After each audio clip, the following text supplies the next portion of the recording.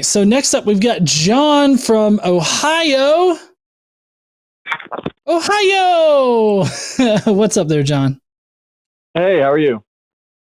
Pretty good. How you doing? I'm doing good. I'm just doing good. Uploading a video on YouTube. About to make some That's dinner. a mistake. What? I said YouTube is a mistake, but carry on. Oh no, dude, trust me. Yeah, trust me out.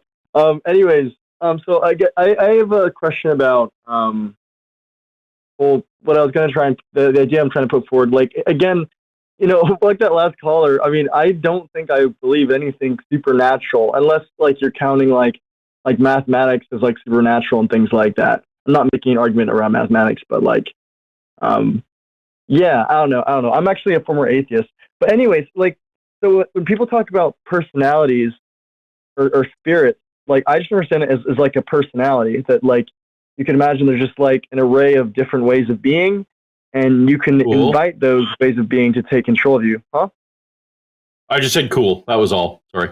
Oh yeah. And I guess, and I also think that the Bible also like kind of gives a description of the way they work. You know what I mean? So what's a good example? So like, I guess I'll talk about one that's kind of like the satanic pattern. No, John. We're short on time, so I want to get to the crux of what I think our viewers and where I want to talk. We want to talk about. So you don't believe in the supernatural at all, but you're a theist. I mean, I don't believe in the supernatural the way materialists construe supernatural things. Like I if we're talking how do you understand the supernatural? I think that consciousness. I mean, I could understand like consciousness as being supernatural. Like you don't find consciousness in the natural world at all. I mean, you do. I mean, like I'm conscious. I'm in the natural world.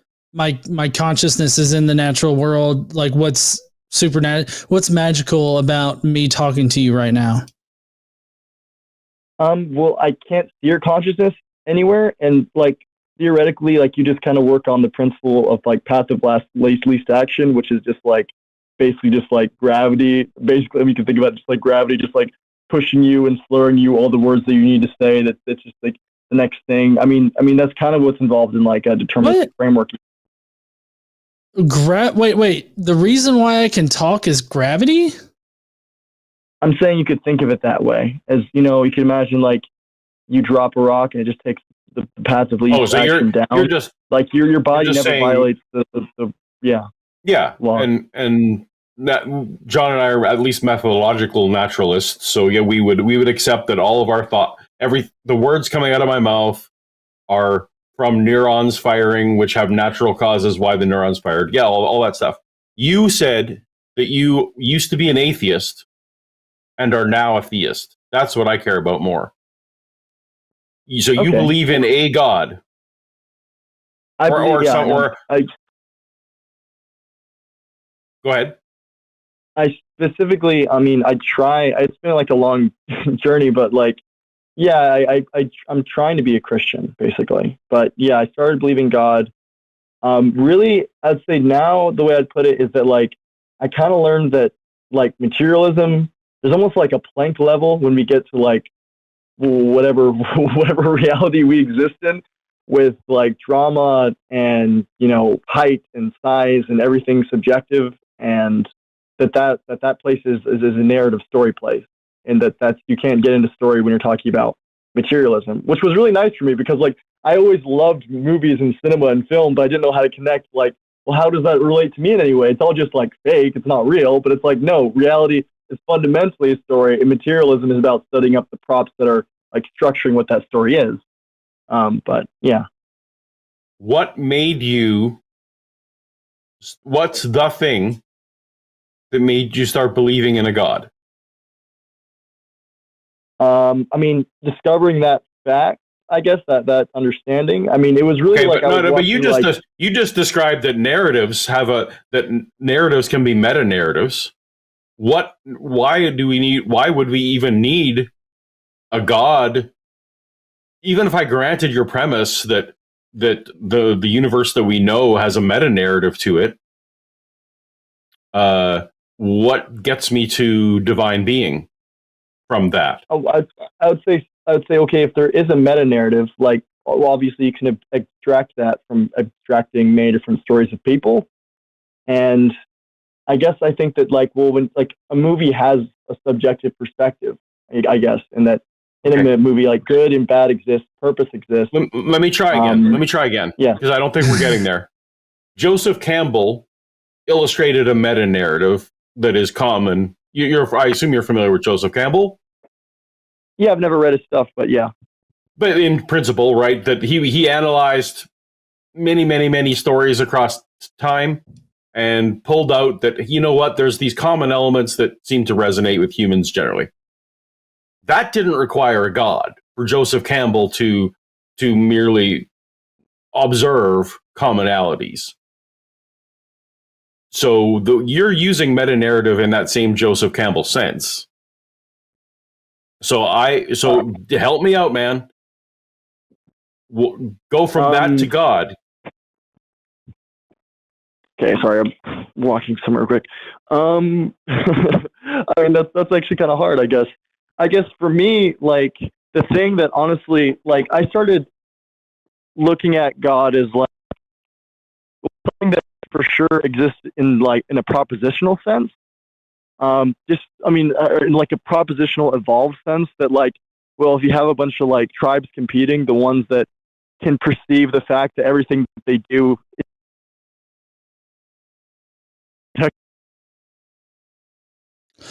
John, you're cutting in and out. I'm not sure if you're traveling to like another dimension or what, but we can't really hear you. Okay, sorry, I'm walking outside right now. So if you can't hear me well, maybe we should just continue this another time and let someone else jump in. No, I don't know what happened. We can hear you fine now. Okay.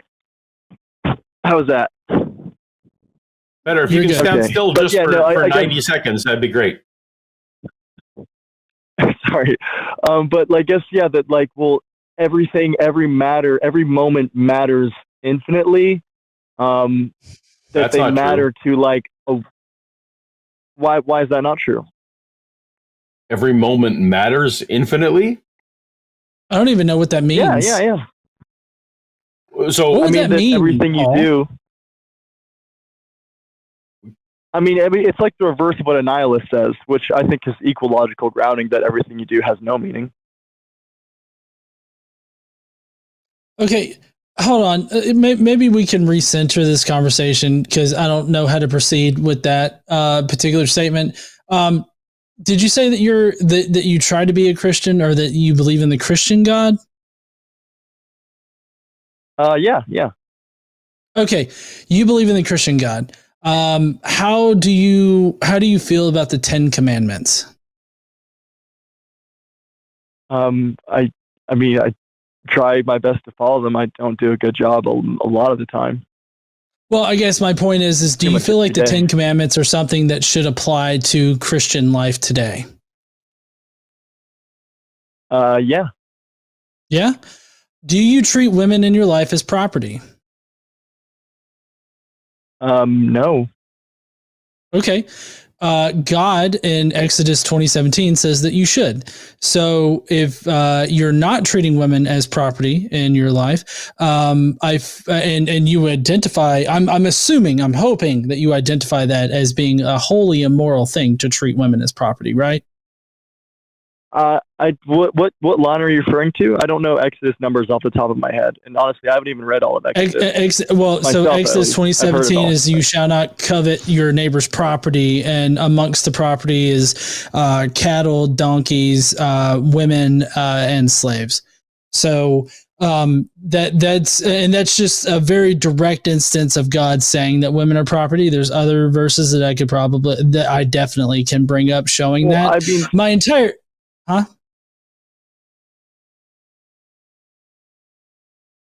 very relevant to me, because one of my biggest problems is like being like too flirtatious with like with girls that have boyfriends. That's like a big problem that I have. And now I'm not saying that, like, I think it's kind of complicated when we're talking about something that was originally in like Hebrew. And like, like even today when people say like, hey, that's my girl, you know what I mean? So I don't think we're that much above that. You know what I mean? Or that's my man. No, that's definitely not what it meant. Like it literally meant, like in the Old Testament, it literally meant property. Sorry, I was trying to build to a position. What? No. It literally does. No, that's Bible. That's in Genesis. I mean, no. They are literally not equal. They are not equal. Name one time in the Old Testament, which I know that you don't have the Bible with you, but I'm just saying later on. Look, name one time in the. Hold on. Name one time in the Old Testament where a woman's consent is considered. That's in the Israelite nation and it's commanded by God. Name one time where women's consent is paramount in the decision. Are you talking about sexual consent? Like for having sex? Any fucking kind of consent. Where whether they that's live. Marriage or... Well, anything. Can I first get to something? I just want to talk about something really quick because oftentimes people misconstrue Genesis that he made man first. But it actually says when he creates Adam, that Adam is both man and woman. And then they split Adam in half. Cool. I don't know where it fucking says that, but in any case, because Adam definitely doesn't get split. No. It does not say that Adam is split in half. Like God literally just surgically removes a single rib and then like rubs it really hard and fashions a woman. So I don't know what in the fuck you're talking about with that. But my entire point in bringing this up, just to get it onto a translation. Can I address that real quick? Because the term rib actually has multiple different meanings in their old world. A rib also means like if you're walking along and you see like a rock pulling up, like a bump. That there's like a huge stone underneath. It's basically the same word that they use for like the sort of stone that you build a house on because it has a good foundation. John, we're going to concede. Yeah, because this is so not relevant to the point John's trying to make. John and I, we're just going to concede. That's fine. That's fine. Yeah. So my entire point in all of this is just to establish one, what kind of God you believe in, which is the Christian God. Two, whether or not you consider the Christian God's commands in the Old Testament to be relevantly applicable to your daily life now, which you said that it was. Three, you don't apply that, or at least you think that it's immoral. And four, the next point would be, do you think that God is the moral lawgiver of everything? Like, do you think that God is the what we should base our morals on? Of course. Of course. So five, therefore, I don't believe that your God can exist in any kind of sense because you've admitted that God is immoral, but he's also this moral arbiter of what should be good. I never admitted that God was immortal. Or it's not immortal, immoral? What are you talking about? I mean, I'm sorry. Did you not say that it's immoral to treat women as property? Did you not say that it's immoral to treat women as property? I mean, I see what you're doing. I get it. But like, when someone says like, that's my wife, like, that's not what they meant. And you could do an interlinear like Bible study on Exodus 20:17 when it lists women amongst property, as well as all of the other different verses in the Old Testament where women are treated as property. You could definitely do like an interlinear like Bible study dowry? On the Hebrew words. Huh? You mean like dowry when you're talking about like property? How like you would often pay a family for no. I'm talking about here. I'll give you an example. Jacob, who later, naked wrestled God in the desert, grabbed his dick, and then God renamed him Israel. None of that guy. No, that all happened. No, it definitely happened. He naked wrestled God in the desert. Anyways, so and grabbed his dick. Yep. No. It grabbed his dick. That's definitely what happened. One of them grabbed each other's dick. Anyways, never mind. No, so in that particular story, no, hold on. That's not even the point. In that story, Jacob works for Laban for 7 years in order to, and I'm going to emphasize this in case you're hard of hearing, purchase. He purchased a daughter of Laban's, and Laban even sold him the wrong fucking woman at first. Sold him, I believe it was Leah. He doesn't purchase her. I actually have an analysis on my YouTube page, me talking about that a little bit. He doesn't. I'm so fucking fantastically excited about watching your YouTube video that lies about the Bible, but it literally says that he worked for 7 years in order to marry Leah. That's him trading his hard work for 7 years, like 7 years, yearly salary, in order to be able to marry a woman that he didn't even ask first in order to marry. He didn't ask. You know who he asked? Her fucking father, Laban. And then Laban sells him the wrong daughter. Right. And so he accidentally sleeps with her on the marriage night and then wakes up and realizes, oh, shit, you're not the one I wanted. So he then had to work another 7 years to purchase the other daughter. Again, not even asking her for consent. And then he was able to purchase that daughter. And guess what? The daughters came with the bonus because they both had servant girls for slaves. And so now Jacob gets to sleep with all four women, producing the 12 tribes of Israel. You're given like you're a 14-year-old, not like you're reading like a very ancient, like very, very deep, evolved story that was told over do you want me to show deference deference to the sexual slavery guide? Is that what you want me to do? Do you want me to show reverence to the sexual slavery guide? Is that what you want? You're not. If I talk about sexual slavery now, do you want me to speak respectful of the sexual slavers like that are out there enslaving young women?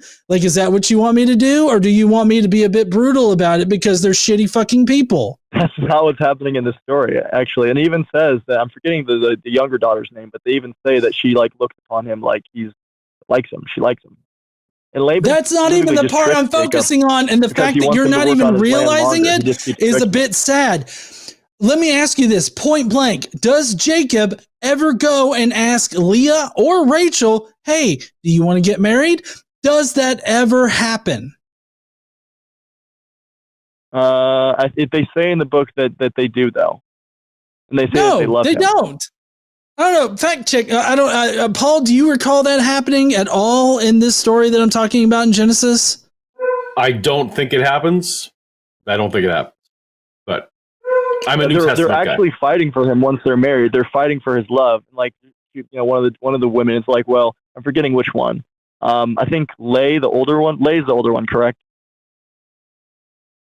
Yeah. Well, anyway, Leah? like she can give kids. Leah, yeah. The older one ends up being the one who can give kids, and then the one who's younger ends up being like upset because she's like, well, maybe she's gonna love him more, or maybe he's gonna love her more because of that. And that's why she gives him her basically her servant. She's like, well, I want to give you a kid, and this is like, my lineage. But we're also talking about like these people lived very, very. Okay. Let me ask you that about the servant girls. Did Jacob? Is it anywhere communicated where Jacob or the wives, multiple wives, by the way, the wives asked the servant girls, hey, do you want to be the surrogate mothers? Like, do you want Jacob to fuck you and impregnate you? Like, is that something you want to do? Like, is that ever communicated whatsoever? Or did the wives just be like, here, fuck her, impregnate her? I think we were kind of having like a misunderstanding. Actually, it's funny because I got in an argument with some people, like, I don't know, someone was at church and they were talking about this in regards with David and Bathsheba, because in that story too, they like never specifically asked for Bathsheba's consent. But I feel like, and you don't see a problem with this? Like more, can I explain real quick? The Bible has a lot of repeating patterns, and we can use this story to kind of understand what's happening there. Like, this rape apologetics here is just getting too fucking cringy and sick and disgusting. What? That's what you're engaging in, rape apologetics here. No, I'm not at all. I'm definitely not an apologist. Yes, you are. That's monstrous. No, it is monstrous. But you know what? Your God specifically is a rapist. They say you should stone rapists in Deuteronomy. No. That's not what they say in Deuteronomy. In Deuterononomy, if a man rapes a woman that's out in the field, my roommate. This is ridiculous. Oh, okay. It's totally fucking ridiculous, and he just jetted out. He dropped. So let me clarify real quick, and Paul, I'll let you disagree with me or whatever on this, but I have what seems to be, like, at least for the Christians, a very unique view on this. So in Deuteronomy, obviously the law there does not stipulate that if a man rapes a woman that he will then be stoned. If a man and a woman commit adultery, then both of them are stoned in one particular law. But if a man rapes a young virgin out in a field, whether or not it's consensual, the man has to pay the father 50 shekels for damaging his property, and then is forced to marry his rape victim. So the rape victim is meant to marry her rapist in that particular sense. And it's all about property destruction. That's the entire mindset of it. I believe I can't remember if Josh touches on this in his Atheist Guide to the Old Testament. Yeah, Atheist Guide to the Old Testament. I don't remember if it's volume 1 or 2, but he definitely does. Yep. Yeah. And so there's that thing. Number one. Number two, I say that Yahweh, or the God of the Bible, is a rapist because I have this view on on Jesus's conception, because and my focus is on the fact that God never asked Mary for her consent to do it. Gabriel, the angel that appears to Mary in Luke, just basically volunteers her to carry Jesus as the Messiah and whatnot. It doesn't matter whether or not Mary later accepts the fact that she is going to do it, and thereby people can construe that as giving consent. My main focus is the fact that Gabriel and God and the Holy Spirit, or whoever the fuck, never consider whether or not Mary will give her consent, and never ask her to give her consent. And so it's this whole thing that the fact that you didn't even consider to ask is the problem. And I would feel like even if God knew what the answer would be, that showing the important nature of asking consent would be on his mind. So that's why I was trying to put him on this footing of making a specific definition of God instead of this ambiguous definition of God, because his specific definition of God is just totally not defensible on moral grounds as well as other grounds. But I don't know, Paul, I kind of dominated that call. Did you have any thoughts? You and I just take very different tacts. I actually don't care about any of the morality. I'm weirdly, if God is true, then all that moral stuff doesn't matter. Then he has authority to do all that. So it doesn't bother me. Didn't bother me as a Christian, doesn't bother me now. I know, but obviously different.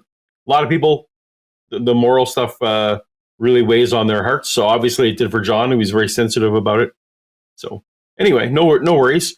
We got a couple minutes left though.